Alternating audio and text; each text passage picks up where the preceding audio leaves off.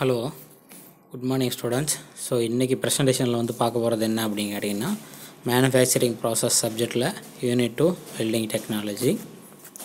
So இதில் what is welding? Welding is a fabrication process whereby two or more parts are fused together by means of heat, pressure or both, forming a joint as the parts cool. அப்படிங்கிறது என்ன சொல்ல வருது அப்படின்னு கேட்டிக்கிட்டிங்கன்னா, welding அப்படிங்கிறது கைகளால் பண்ணக்கூடிய ஒரு fabrication work. So அது வந்து என்ன அப்படின்னா, மெட்டலை வந்துட்டு நம்ம ரெண்டு மெட்டலை வந்துட்டு ஜாயின் பண்ணக்கூடிய ஒரு ப்ராசஸ் தான் வெல்டிங் ப்ராசஸ். ஸோ ரெண்டு மெட்டலும் ஒரே கிரேடில் இருக்கணும்னு அவசியம் இல்லை, வேறு வேறு கிரேடில் இருந்தாலும் ஜாயின் பண்ணலாம். ஸோ அதுவும் வெல்டிங் ப்ராசஸ் தான். ஸோ இந்த வெல்டிங் பண்ணுறதுக்கு வந்து பார்த்திங்க அப்படின்னா, ஹீட் யூஸ் பண்ணலாம், ப்ரெஷர் யூஸ் பண்ணலாம். ஸோ இந்த மாதிரி யூஸ் பண்ணி பண்ணக்கூடிய ஜாயினிங் ப்ராசஸ் தான் வெல்டிங் ப்ராசஸ். அடுத்தது வந்து பார்த்திங்க அப்படின்னா arc welding. So arc welding அப்படிங்கிறது ஒரு மிகப்பெரிய டாப்பிக்கு. ஸோ இந்த ஆர்க் அப்படிங்கிறது என்ன அப்படின்னு கேட்டிங்கன்னா, எலக்ட்ரிக் ஆர்க். ஓகேங்களா, எலக்ட்ரிக் பவர் மூலிமா கிடைக்கக்கூடிய ஒரு ஆர்க்கை தான் வந்துட்டு யூஸ் பண்ணி வெல்டிங் பண்ணுறோம் இல்லையா. ஸோ அதுதான் ஆர்க் வெல்டிங். ஸோ இதில் சிகமெட்டிக் டயக்ராமில் பார்த்திங்க அப்படின்னா, ஏசிஆர் டிசி கரண்ட்டை வச்சு கிடைக்கக்கூடியதை நம்ம ஒரு டெர்மினலில் எலக்ட்ராடுக்கும் மற்றொரு டெர்மினலில் மெட்டலுக்கும் வந்து நம்ம ஜாயின் பண்ணிடுவோம்.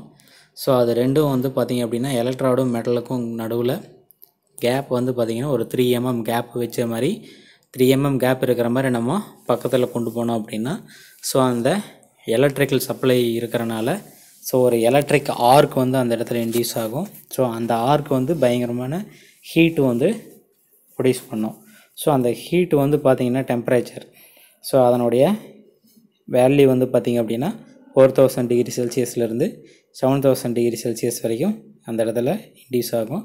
ஸோ அதனால் மெட்டல் ஆனது வந்து என்ன ஆகும் அப்படின்னா உருகி ஹீட் ஆகி உருகி ஸோ லிக்விட் ஸ்டேஜுக்கு மாறி இருக்கும். ஸோ அப்போது மறுபடியும் அதை கூல் பண்ணோம் அப்படின்னா ஜாயினிங் ப்ராசஸ் வந்து ரெண்டு மெட்டலில் வந்து ஜாயினிங் ப்ராசஸ் வந்து நடந்துடும். ஸோ இந்த மாதிரி ஜாயினிங் ப்ராசஸ் நடக்கிறதா வந்து பார்த்திங்க அப்படின்னா ஆர்க் வெல்டிங் அப்படிங்கிறோம். ஸோ இந்த எலக்ட்ராட் அப்படின்னு சொன்னோம் இல்லையா, ஒன்று வந்து பார்த்திங்கன்னா கன்சியூமபிள் எலக்ட்ராடு, இன்னொன்று வந்துட்டு நான் கன்சியூமபிள் எலக்ட்ராடு. ஸோ நான் கன்சியூமபிள் எலக்ட்ராடு அப்படிங்கிற வந்து பார்த்திங்க அப்படின்னா கார்பனு கிராஃபைட்டு டங்ஸ்டனால் வந்து ஆகக்கூடிய எலக்ட்ராடு. ஸோ இது நான் கன்சியூமபிள். ஸோ நான் கன்சியூமபிள் அப்படிங்கிறது தீராத வகை. ஸோ ஒர்க் பண்ண தீராது, அது பர்மனெண்ட்டாக அங்கேயே எலக்ட்ராடு இருக்கும். கன்சியூமபிள் எலக்ட்ராடு அப்படிங்கிற வந்து பார்த்திங்க அப்படின்னா தீர்ந்து விடுபவை. ஓகேங்களா. ஸோ இதில் வந்துட்டு என்ன பண்ணியிருப்பாங்க அப்படின்னா பேர் electrode, light coated, heavy coated. ஓகேங்களா. ஸோ இதில் வந்து பார்த்திங்க அப்படின்னா 3 டைப் ஆஃப் கன்சியூமபிள் எலக்ட்ராடு வந்துட்டு இருக்குது. ஸோ இதில் எலக்ட்ராடில் வந்து பார்த்திங்க அப்படின்னா ஃப்ளெக்ஸ் கோட்டிங் வந்துட்டு பண்ணியிருப்பாங்க. ஃப்ளெக்ஸ் கோட்டிங் அப்படிங்கிறது என்ன அப்படின்னா, இந்த கார்பனேட் ஆஃப் சோடா, பொட்டாசு, குரோக்கோலு, கோக்கு, போராக்ஸு இதெல்லாம் வந்து பண்ணியிருக்கக்கூடிய அந்த மேல் கோட்டிங் பண்ணியிருக்கிறது தான் வந்துட்டு பார்த்திங்க அப்படின்னா ஃப்ளெக்ஸு. ஸோ இது எதுக்காக அப்படின்னா, அந்த ஃப்ளெக்ஸ் அப்படிங்கிறத வந்து என்ன பண்ணுது அப்படின்னா, ஸோ வெல்டிங் பண்ணும்போது அந்த இடத்துல ஒரு ஹீட் வந்து மெயின்டைன் ஆகும் இல்லையா. ஸோ அந்த ஹீட்டு வந்துட்டு மூலியமாக அந்த மெட்டலானது உருகுது. ஸோ அந்த உருகுன மெட்டலை வந்து என்ன பண்ணக்கூடாது அப்படின்னா, அட்மாஸ்பரிக்கில் இருக்கக்கூடிய ஏர் வந்து என்ன பண்ணக்கூடாது அப்படின்னா டிஸ்டர்ப் பண்ணக்கூடாது. டிஸ்டர்ப் பண்ணிச்சு அப்படின்னா ஸோ அது கரெக்டாக வெல்டிங் ப்ராசஸ் வந்து அந்த இடத்துல நடக்காது. ஸோ அதையே கண்ட்ரோல் பண்ணுறக்காக ஒரு கேஸ் சீல்டு வந்து அந்த இடத்துல கண்ணுக்கு தெரியாமல் உருவாக்குது. கேஸ் மூலிமா ஒரு சீல்டு. ஓகேங்களா, பாதுகாப்பு வளையம். ஸோ எதுக்கு அந்த வளையத்தை உருவாக்குறது தான் வந்து பார்த்திங்க அப்படின்னா ஃப்ளெக்ஸோட வேலை. அதுக்கு அடுத்தது மிக் வெல்டிங். ஸோ மிக் வெல்டிங் அப்படிங்கிறது பார்த்து என்னென்ன அப்படின்னா metal inert gas welding. So metal inert gas welding அப்படிங்கிறது என்னென்னா, இதில் கன்சியூமபிள் எலக்ட்ராட் வந்து யூஸ் பண்ணுறாங்க 2 வீலுக்கு நடுவில். ஸோ அப்புறம் இனட் கேஸ் வந்து யூஸ் பண்ணுறாங்க. ஸோ இனட் கேஸ் அப்படிங்கிறது என்ன அப்படின்னா argon and helium gas. So இந்த கன்சியூமபிள் எலக்ட்ராடுக்கு பவர் சப்ளை கொடுக்கும்போது அந்த இனட் கேஸான ஆர்கான் அண்ட் ஹீலியம் வந்து டச் ஆகும்போது, எலக்ட்ராட் மூலிமா டச் ஆகும்போது அந்த இடத்துல வந்துட்டு பார்த்திங்க அப்படின்னா உங்களுக்கு என்ன ஆகுது, ஸோ எலக்ட்ரிக் ஆர்க் மூலிமா ஹீட் வந்து ஜென்ரேட் ஆகி ஸோ அந்த இடத்துல மெட்டலானது உருகி ஒரு வெல்டிங் ப்ராசஸ் நடக்குது. இந்த argon and helium gas inert gas வந்து என்ன பண்ணோம் அப்படின்னா, இதில் ஃப்ளக்ஸ் கோட்டிங் இல்லாதனால அந்த எலக்ட்ராடில் ஃப்ளக்ஸ் கோட்டிங் இருக்காது. ஸோ ஃப்ளக்ஸ் கோட்டிங் இல்லாதனால ஒரு கேஸ் சீல்டு உருவாக்குறதுக்கு அந்த இடத்துல ஆர்கான் அண்டு ஹீலியம் அப்படிங்கிற இனட் கேஸ் வந்து யூஸ் பண்ணுறாங்க. ஸோ அடுத்தது வந்து பார்த்திங்க அப்படின்னா டிக் வெல்டிங். ஸோ இதில் வந்து பார்த்திங்க அப்படின்னா tungsten inert gas welding. So இது டங்ஸ்டன் மெட்டீரியலான எலக்ட்ராய்டு வந்துட்டு வச்சுருப்பாங்க. இது நான் கன்சூமபிள் எலக்ட்ராய்டுன்னு சொல்கிறோம். ஸோ அதுக்கு வந்து பவர் சப்ளை கொடுப்பாங்க. மிக் வெல்டிங்கில் கொடுத்த மாதிரியே இனட் கேஸ் வந்துட்டு பார்த்திங்க அப்படின்னா ஆர்கான் அண்டு ஹீலியம் கேஸ் வந்து சப்ளை பண்ணுவாங்க. ஸோ அந்த பவர் சப்ளை கொடுக்கும்போது அந்த நான் கன்சூமபிள் எலக்ட்ராய்டு வந்து என்ன பண்ணும் அப்படின்னா, ஸோ அந்த ஒர்க் பீஸுக்கும் எலக்ட்ராய்டுக்கும் நடுவில் 3 mm கேப் இருக்கிற மாதிரி நம்ம மெயின்டைன் பண்ணும்போது ஸோ அந்த இடத்துல ஒரு ஹீட் வந்து ஜென்ரேட் ஆகும். ஸோ அந்த ஹீட் மூலிமா ஒர்க் பீஸ் ஆனது உருகி வெல்டிங் ப்ராசஸ் வந்து நடக்கும். ஸோ இந்த இடத்துலையும் அந்த இனட் கேஸ் ஆனது ஆர்கான் அண்டு ஹீலியம் அப்படிங்கிற இனட் கேஸ் வந்துட்டு பார்த்திங்க அப்படின்னா கேஸ் சீல்டாக வந்துட்டு நம்மளுக்கு பாதுகாப்பு வளையமாக வந்துட்டு வேலை செய்யுது. ஓகேங்களா? ஸோ இது வந்து பார்த்திங்க அப்படின்னா ஒரு துருப்பிடிக்காத தாமிர காப்பர் இருக்கக்கூடிய ஸோ அந்த மெட்டீரியல் எல்லாம் வந்துட்டு வெல்டிங் பண்ணுறதுக்கு டிக் வெல்டிங் வந்துட்டு யூஸ் ஆகுது. ஓகேங்களா? ஸோ இது வெல்டிங் ஸ்பீடும் அதிகம். அதுக்கடுத்து வந்து பார்த்திங்க அப்படின்னா submerged arc welding. So submerged arc welding வந்து பார்த்திங்க அப்படின்னா ஸோ இதில் இருக்கக்கூடிய செட்டப் வந்து பார்த்திங்க அப்படின்னா சம்மர்ஜர் அப்படிங்கிற வார்த்தைக்கு என்ன அப்படின்னா மூழ்கி இருக்கக்கூடியது, உள்பகுதியில் வெல்டிங் நடக்கும். ஸோ அது கண்ணுக்கு தெரியாது, மூழ்கி இருக்கக்கூடியது. ஓகேங்களா? மறைஞ்சி இருக்கக்கூடியது. ஸோ இதில் பார்த்திங்க அப்படின்னா ப்ரிப்பேர் பிளேட் அப்படிங்கிறது ஒர்க் பீஸு. ஸோ மேலே ஒரு கூப் மாதிரி வச்சுருப்பாங்க. ஸோ அதில் வந்து ஃப்ளக்ஸ் பவுடர் வந்துட்டு உள்ளே சப்ளை பண்ணுறாங்க ஃப்ளக்ஸ் ஃபீட் டியூப்பில். ஸோ ஃப்ளக்ஸ் பவுடரெல்லாம் ஃபஸ்ட்டு கொட்டி வச்சுருவாங்க. அதுக்கப்புறம் பேர் எலக்ட்ரோடு வந்து யூஸ் பண்ணுறாங்க. பேர் எலக்ட்ரோடு அப்படிங்கிறது கன்சியூமபிள் எலக்ட்ரோடு. ஸோ இதில் ஃப்ளக்ஸ் கோட்டிங் இருக்காது. இதில் நம்ம பவர் சப்ளை கொடுக்கும்போது அந்த ஃப்ளக்ஸ் பவுடரும் அந்த எலக்ட்ராடும் வந்துட்டு பேர் எலக்ட்ராடும் சேர்ந்து அந்த இடத்துல வெல்டிங் ப்ராசஸ் வந்து உள்பகுதியில் பண்ணிகிட்டே வரும். ஸோ இந்த மாதிரி ஆர்க் வெல்டிங்கில் வந்து பார்த்திங்க அப்படின்னா அட்மாஸ்பியருக்கு வந்து டைரெக்டாக வந்துட்டு அந்த இடத்துல டிஸ்டர்ப் பண்ணாது. ஸோ வெல்டிங்கோட தரமும் வந்து ரொம்ப நல்லா இருக்கும். ஸோ இதில் வந்து பார்த்திங்க அப்படின்னா ஒரு 12 முதல் 50 மில்லிமீட்டர் இருக்கக்கூடிய லோ கார்பன் ஐட்டத்துலையெல்லாம் லோ கார்பன் மெட்டீரியல் வந்துட்டு நம்ம வெல்டிங் பண்ணுறதுக்கு ஈஸியாக வந்துட்டு பண்ணலாம். அதுக்கடுத்து வந்து பார்த்திங்க அப்படின்னா electro slack welding. So electro slack welding அப்படிங்கிறது வந்து என்னென்னு கேட்டுக்கிட்டிங்க அப்படின்னா ஸோ ஒரு எந்த மெட்டலில் வந்து நம்ம வெல்டு பண்ணணுமோ அதைய ஒரு லாங் ஷேப்பில் வந்துட்டு நம்ம என்ன பண்ணுறோம் அப்படின்னா ஸோ ஒரு கைட் பிளேட் வச்சு ஸோ அந்த இடத்துல செட் பண்ணிடுவோம். ஸோ இப்போ வெல்டு பண்ண வேண்டிய மெட்டீரியல் ஒரே இடத்துல இருக்கும். ஸோ அந்த கைட் பிளேட் ஆனது வந்து என்ன ஆகும் அப்படின்னா மூவ் ஆகிட்டே போகும்.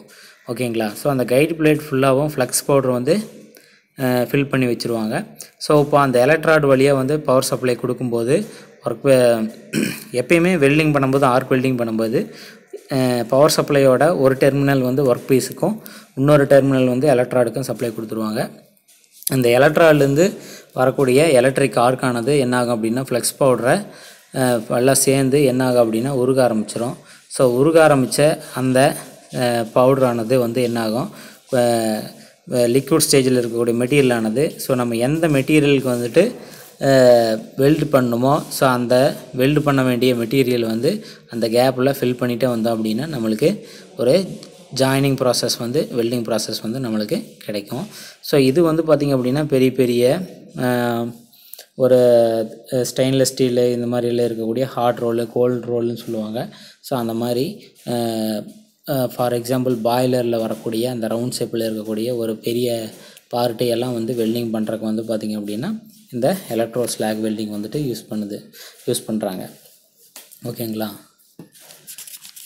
இந்த வெல்டிங்கில் வந்து பார்த்திங்க அப்படின்னா ஒரு 1900 டிகிரி செல்சியஸ் வெப்பத்தில் இந்த வெல்டிங் ப்ராசஸ் வந்து நடக்கும். அதுக்கடுத்து வந்து பார்த்திங்க அப்படின்னா ரெசிஸ்டன்ஸ் வெல்டிங். ஸோ இந்த ரெசிஸ்டன்ஸ் வெல்டிங்கை வந்துட்டு ஏசி கரண்ட் கொடுக்குறாங்க டிரான்ஸ்ஃபார்மர் வழியாக. ஸோ அப்போது 2 எலக்ட்ராய்டு வந்து யூஸ் பண்ணுறாங்க. ரெண்டுமே வந்து பார்த்திங்கன்னா காப்பர் எலக்ட்ராய்டு. ஸோ இதில் இந்த 2 எலக்ட்ராய்டு பாயிண்ட்டுக்கும் நடுவில் ஒர்க் பீஸை வந்துட்டு கொடுத்துருவாங்க. ஸோ இந்த ஒர்க் பீஸோட திக்னஸ் வந்து கம்மியாக இருக்கும். அதை for example sheet metals, wires இந்த மாதிரி இருக்கக்கூடிய மெட்டீரியல் எல்லாம் வெல்ட் பண்ணுறதுக்கு ரெசிஸ்டன்ஸ் வெல்டிங் வந்து கொடுக்குறாங்க. ஸோ இதில் நம்ம என்ன பண்ணுறோம் அப்படின்னா ப்ரெஷர் வந்துட்டு கொடுக்குறோம். ஹைட்ராலிக் மூலியமாவோ இல்லை மெக்கானிக்கல் மூலியமாவோ. ஸோ அந்த எலக்ட்ராய்டுக்கு ப்ரெஷர் மூலிமா நம்ம என்ன பண்ணுறோம், அந்த ஒர்க் பீஸை அந்த எலக்ட்ராய்டு வந்து 2 எலக்ட்ராய்டும் வந்துட்டு ப்ரெஸ் பண்ணி பிடிக்கிற மாதிரி நம்ம மெக்கானிசம் செட் பண்ணுறோம். அப்போது என்ன ஆகுதுன்னு கேட்டுக்கிட்டிங்க அப்படின்னா ஒர்க் பீஸில் வந்துட்டு ஸோ அந்த ஹீட் வந்து இன்டியூஸ் ஆகி பிளாஸ்டிக் ஸ்டேஜுக்கு போணுச்சு அப்படின்னா அந்த மெட்டீரியலானது அதில் இருக்கிற கிரைன் ஸ்ட்ரக்சர் எல்லாம் வந்துட்டு என்ன ஆகும் அப்படின்னா ஒன்றோட ஒன்று வந்து பிளாஸ்டிக் ஸ்டேஜில் டச் ஆகி உருகி ஒட்டிக்கும். ஸோ இந்த மாதிரி ஜாயினிங் நடக்கக்கூடியது வந்து பார்த்திங்க அப்படின்னா ரெசிஸ்டன்ஸ் வெல்டிங். அதுக்கப்புறம் இந்த ரெசிஸ்டன்ஸ் வெல்டிங்கில் வந்து பார்த்திங்க அப்படின்னா spot welding, butt welding, seam welding, projection welding நல்லா இருக்குது. ஸோ எல்லாமே மேக்ஸிமம் இந்த மாதிரி செட்டப்பில் பண்ணக்கூடிய வெல்டிங் தான். அதுக்கடுத்தது வந்து பார்த்திங்க அப்படின்னா plasma arc welding. So plasma arc welding அப்படிங்கிறது என்னன்னு கேட்டுக்கிட்டிங்க அப்படின்னா ஸோ நம்ம power supply, DC power supply வந்து கொடுக்குறோம். ஒன்று வந்து நாசிலுக்கும் ஒன்று வந்து எலக்ட்ராய்டுக்கும் வந்துட்டு கொடுப்போம். ஸோ இந்த நாசில் வழியாக வந்துட்டு பிளாஸ்மா கேஸ் வந்து என்ன பண்ணுவோம் அப்படின்னா சப்ளை பண்ணுவோம். பிளாஸ்மா கேஸ் அப்படிங்கிறது என்ன அப்படின்னு கேட்டிங்கன்னா அப்படின்னா இந்த ஹீலியம் கேஸ். ஓகேங்களா? ஸோ ஹீலியம், ஆர்கான் அப்படின்னு சொல்கிறோம் இல்லையா? ஸோ அந்த கேஸில் பயன்படுத்துகிறோம் இல்லையா? ஸோ அந்த பிளாஸ்மா கேஸில் வந்து பார்த்திங்கன்னா ஆர்கான் கேஸ் வந்து நம்ம சப்ளை பண்ணுவோம். ஸோ இப்போ அந்த ஆர்கான் கேஸ் வந்து உள்ளே சப்ளை பண்ணும்போது என்ன ஆகுது அப்படின்னா ஸோ அந்த எலக்ட்ராய்டு கூட ஆர்கான் கேஸ் ஆனது வந்து கனெக்ட் ஆகி என்ன ஆகும், அயனிகளாக வந்துட்டு கன்வெர்ட் ஆகும். ஸோ அந்த அயனியாக வந்துட்டு கன்வெர்ட் ஆகிறது வந்துட்டு என்ன ஆகும் அப்படின்னா அயனைஸ்டு கேஸ் அப்படிங்கிறோம். ஸோ அந்த அயனைஸ்டு கேஸ் தான் வந்து பார்த்திங்க அப்படின்னா பிளாஸ்மா கேஸ். ஓகேங்களா? ஸோ அந்த பிளாஸ்மா ஆர்க் அப்படிங்கிற கேஸ் வந்துட்டு பார்த்திங்க அப்படின்னா ஒரே இடத்துல கொண்டு போய் நாம் ஒரு எந்த இடத்துல வெல்டிங் பண்ணணுமோ அந்த இடத்துல கொண்டு போய் நிறுத்தணும் அப்படின்னா அந்த இடத்துல ஹீட் ஆகி மெட்டீரியலானது உருக ஆரம்பிச்சிடும். இந்த இடத்துல சீல்டிங் கேஸ் அப்படிங்கிறது என்ன அப்படின்னு கேட்டுக்கிட்டிங்க அப்படின்னா ஸோ ஹீலியம் கேஸ். ஸோ நம்ம வெல்டிங் ப்ராசஸ் நடக்குது இல்லையா? ஸோ அதை சுற்றி அட்மாஸ்பியரிக் ஏரில் இருக்கக்கூடிய காற்றோட வந்துட்டு நம்ம வினைபுரியாமல் இருக்கிறதுக்காக பண்ணக்கூடிய கேஸிங் ப்ராசஸ் தான் வந்துட்டு பார்த்திங்க அப்படின்னா helium gas.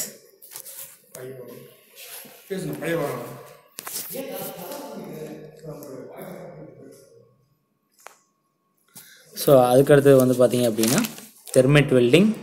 So thermit welding அப்படிங்கிறது என்ன அப்படின்னா தெர்மிட் அப்படிங்கிறது என்னென்னா இரும்பு தூளான இரும்பு ஆக்சைடும் அலுமினியம் ஆக்சைடும் சேர்ந்த ஒரு பார்ட்டு தான் வந்துட்டு தெர்மிட் அப்படின்னு சொல்கிறோம். ஸோ இது எந்த விதத்தில் இருக்கும் அப்படின்னா 8:5 அப்படிங்கிற ரேஞ்சில் வந்துட்டு இருக்கும். 8:5 அப்படிங்கிற ரேஞ்சில் வந்துட்டு இருக்கக்கூடிய ஒரு கலவை தான் வந்து பார்த்திங்க அப்படின்னா தெர்மிட். ஓகேங்களா?